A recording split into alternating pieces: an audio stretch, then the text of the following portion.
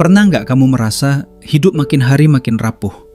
Bukan karena kamu malas, bukan karena kamu kurang pintar, tapi karena dunia seolah bergerak ke arah yang tidak ramah pada manusia biasa.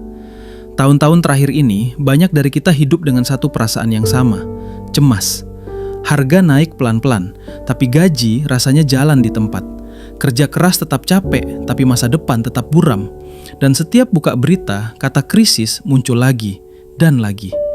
Sekarang orang mulai berbisik soal 2026, tentang ekonomi global yang goyah, tentang pekerjaan yang tidak lagi aman, tentang uang yang nilainya bisa berubah hanya karena keputusan yang kita sendiri tidak ikut menentukan. Di kota, orang sibuk mencari penghasilan tambahan, side hustle, investasi, trading, semua dicoba. Tapi anehnya, semakin banyak cara mencari uang, justru semakin sedikit rasa aman yang kita punya. Lalu tanpa banyak suara, tanpa trending topik, tanpa seminar mahal, ada satu kelompok yang perlahan mulai berdiri lebih tegak. Petani. Bukan yang pakai jas, bukan yang duduk di gedung tinggi, tapi mereka yang setiap hari menyentuh tanah, menanam, menunggu, merawat, dan memanen sesuatu yang tidak bisa dicetak oleh mesin manapun. Makanan. Di saat sistem keuangan bisa goyah, di saat uang bisa kehilangan arti, kebutuhan dasar manusia tetap sama sejak ribuan tahun lalu. Makan. Dan disitulah pertanyaan besarnya muncul. Apakah krisis 2026 justru akan mengubah peta kekuasaan ekonomi? Apakah orang-orang yang selama ini dianggap kelas bawah justru menjadi pemegang kendali baru? Apakah mungkin petani bukan lagi simbol keterbelakangan, tapi simbol ketahanan? Di video ini, kita tidak sedang membahas mimpi kosong. Kita akan membongkar kenyataan yang jarang dibicarakan, tentang bagaimana krisis bisa mengubah posisi hidup seseorang, dan mengapa, diam-diam, tanah dan tanaman kembali menjadi sesuatu yang sangat berharga.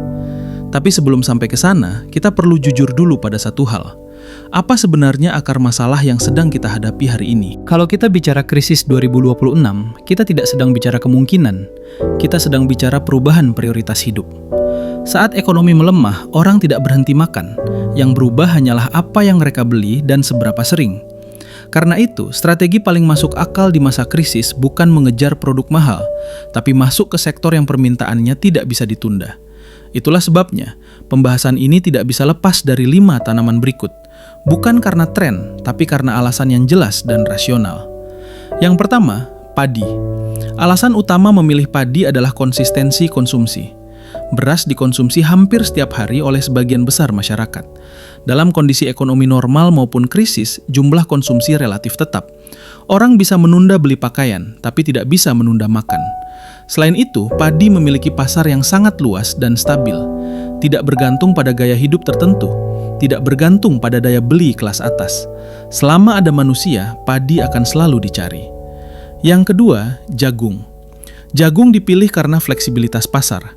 Jagung tidak hanya dimakan manusia, tapi juga menjadi bahan utama pakan ternak dan kebutuhan industri.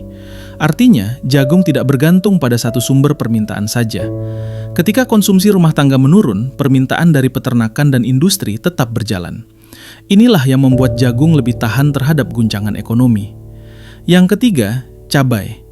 Cabai dipilih karena ketergantungan konsumsi harian.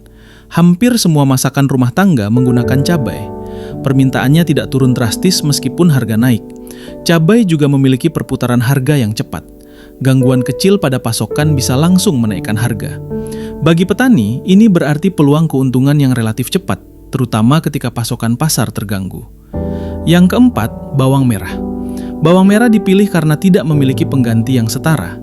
Ia menjadi bumbu dasar hampir semua masakan. Tanpa bawang merah, banyak dapur tidak bisa beroperasi normal. Masalah utama bawang merah adalah ketidakseimbangan antara pasokan dan permintaan. Permintaan stabil sepanjang tahun, sementara pasokan sering terganggu oleh cuaca dan musim. Kondisi ini membuat harga bawang merah sering naik tajam di periode tertentu. Yang kelima, singkong. Singkong dipilih karena ketahanan dan kemudahan produksi. Ia bisa tumbuh di lahan yang kurang ideal, biaya perawatannya rendah, dan risikonya relatif kecil. Di masa krisis, singkong memiliki 2 fungsi penting.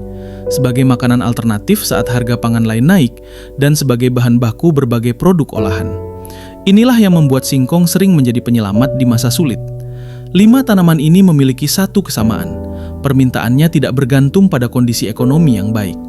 Strategi menghadapi krisis 2026 bukan tentang menjadi petani besar, tapi tentang memahami apa yang selalu dibutuhkan manusia. Di segmen berikutnya, kita akan memperjelas logika ini lebih dalam. Mengapa pola konsumsi di masa krisis selalu mengarah ke tanaman-tanaman ini, dan bagaimana posisi petani bisa berubah ketika kebutuhan dasar kembali menjadi pusat ekonomi. Sekarang kita pertegas satu hal penting. Mengapa 5 tanaman tadi, padi, jagung, cabai, bawang merah, dan singkong, terus muncul setiap kali ekonomi masuk fase sulit? Jawabannya bukan karena kebetulan. Ada pola yang selalu berulang setiap kali krisis terjadi. Saat ekonomi normal, orang membeli berdasarkan keinginan. Saat krisis, orang membeli berdasarkan kebutuhan. Dan kebutuhan itu menyempit.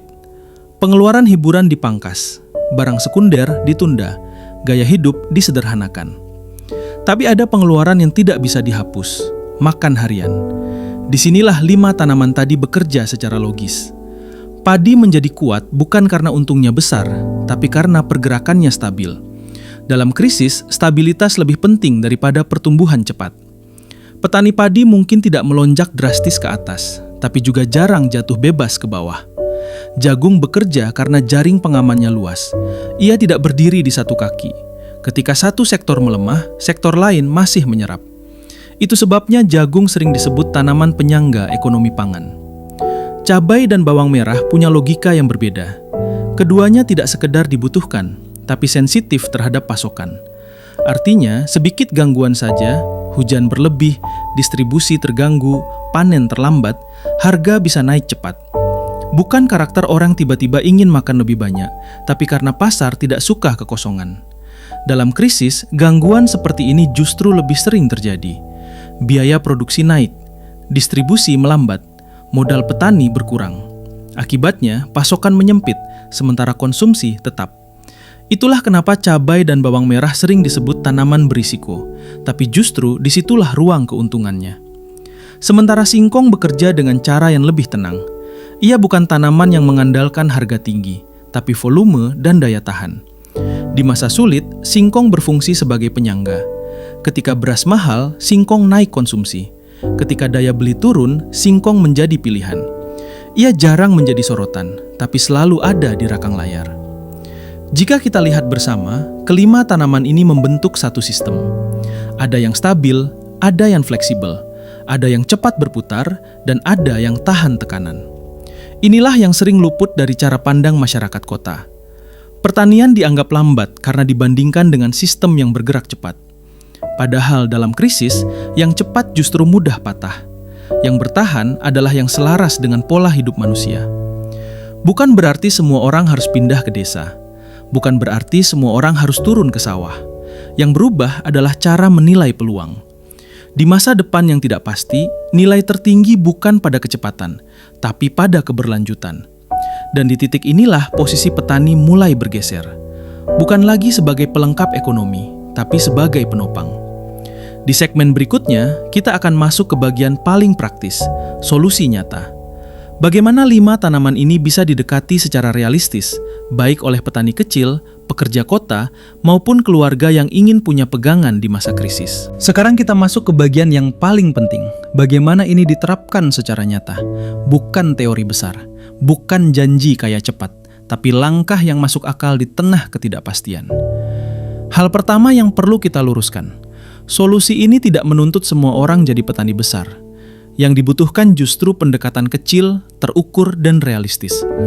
Untuk padi, solusi paling masuk akal ada pada konsistensi dan kerja kolektif. Padi bukan tentang satu orang kaya mendadak, tapi tentang banyak orang yang sama-sama bertahan. Skala kecil tetap masuk, selama fokus pada efisiensi, jadwal tanam yang tepat, dan akses pasar lokal. Di masa krisis, beras lokal sering lebih dicari karena distribusinya lebih pendek dan lebih pasti. Untuk jagung, kuncinya ada pada tujuan pasar sejak awal. Jagung bukan ditanam dulu baru bingung dijual kemana. Petani yang bertahan biasanya sudah tahu apakah jagungnya untuk konsumsi, pakan ternak, atau kebutuhan tertentu. Dengan tujuan jelas, risiko bisa ditekan dan arus uang lebih terprediksi. Lalu cabai. Cabai bukan tanaman untuk semua orang, tapi sangat cocok bagi mereka yang siap mengelola risiko.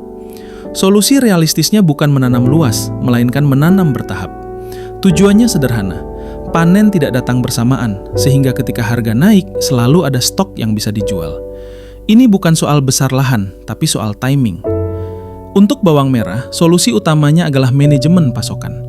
Bawang merah sering bermasalah bukan karena tidak laku, tapi karena panen datang serentak. Petani yang bertahan biasanya mengatur waktu tanam agar tidak berbarengan dengan semua orang. Sedikit berbeda waktu saja, hasilnya bisa sangat berbeda. Dan yang terakhir, singkong. Singkong adalah solusi paling inklusif. Cocok untuk lahan terbatas, modal kecil, dan risiko rendah. Solusi terbaik untuk singkong adalah nilai tambah. Tidak selalu dijual mentah, tapi diolah atau disesuaikan dengan kebutuhan lokal.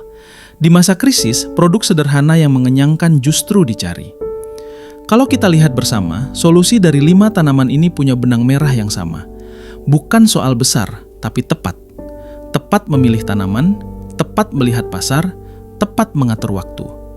Bagi pekerja kota, solusi ini tidak harus langsung turun ke sawah. Bisa dimulai dengan kemitraan, bisa dimulai dari keluarga di desa, bisa dimulai dari belajar memahami alur pangan, bukan sekedar membeli hasil akhirnya. Bagi petani kecil, solusi ini bukan soal bersaing dengan korporasi, tapi soal mengisi celah yang sering ditinggalkan sistem besar, pasar lokal, kebutuhan harian, dan distribusi dekat.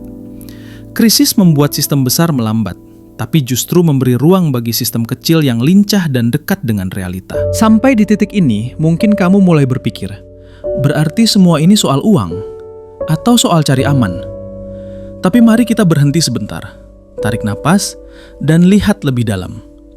Selama ini kita sering mengukur hidup dari satu hal, berapa yang kita hasilkan. Padahal krisis mengajarkan sesuatu yang berbeda, bahwa yang paling berharga bukan selalu yang paling mahal, tapi yang paling bisa kita andalkan. Coba tanyakan ke diri sendiri dengan jujur. Kalau penghasilanmu berhenti besok, apa yang masih kamu punya? Kalau harga kebutuhan naik 2 kali lipat, apa yang bisa membuatmu tetap tenang? Selama ini kita mengejar rasa aman lewat angka. Padahal rasa aman sering lahir dari kedekatan dengan sumber hidup. Bukan berarti semua orang harus memegang cangkul, tapi semua orang perlu bertanya, seberapa jauh hidupku dari makanan yang aku makan setiap hari? Apakah aku hanya menjadi konsumen yang pasif? Atau aku mulai memahami dari mana semua itu berasal? Krisis sering membuat kita takut, tapi juga memaksa kita menyusun ulang prioritas. Mana yang benar-benar penting dan mana yang hanya terlihat penting. 5 tanaman yang kita bicarakan tadi bukan sekedar komoditas. Mereka adalah simbol dari satu hal, ketergantungan manusia pada hal-hal sederhana.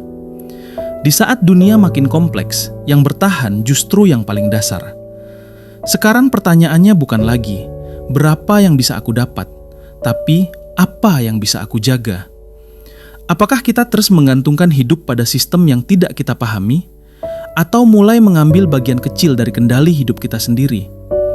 Refleksi ini bukan untuk membuatmu cemas, justru sebaliknya, untuk mengingatkan bahwa selalu ada pilihan, meski dunia terasa sempit.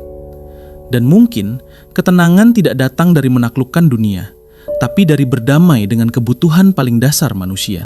Kalau kita rangkum semuanya, satu hal jadi semakin jelas. Krisis 2026 bukan sekedar ancaman. Ia adalah pergeseran. Pergeseran cara hidup, pergeseran cara menilai-nilai, dan pergeseran tentang siapa yang sebenarnya memegang peran penting. Selama ini, petani sering diposisikan di pinggir cerita. Padahal ketika dunia goyah, justru merekalah yang menjaga satu hal paling mendasar, makanan tetap ada. Bukan berarti petani akan tiba-tiba kaya raya. Bukan berarti semua masalah selesai. Tapi posisi mereka berubah, dari yang dianggap tertinggal menjadi penopang. Dan disitulah pesan utamanya. Keseimbangan hidup tidak selalu lahir dari mengejar lebih banyak. Kadang justru dari kembali ke yang paling dasar. Bekerja tetap penting, uang tetap perlu, ambisi tetap manusiawi. Tapi krisis mengingatkan kita bahwa hidup tidak bisa berdiri di satu kaki saja. Ketika semuanya ditaruh di satu sistem, risikonya juga ditanggung sepenuhnya. Memahami pangan, tanah, dan kebutuhan dasar bukan langkah mundur, justru itu langkah dewasa. Video ini bukan ajakan untuk takut, juga bukan ajakan untuk meninggalkan hidup yang sedang kamu jalani. Ini ajakan untuk lebih sadar bahwa masa depan tidak selalu tentang siapa yang paling cepat, tapi siapa yang paling siap. Kalau kamu merasa pembahasan ini membuka sudut pandang baru, kamu bisa bantu video ini dengan satu klik like.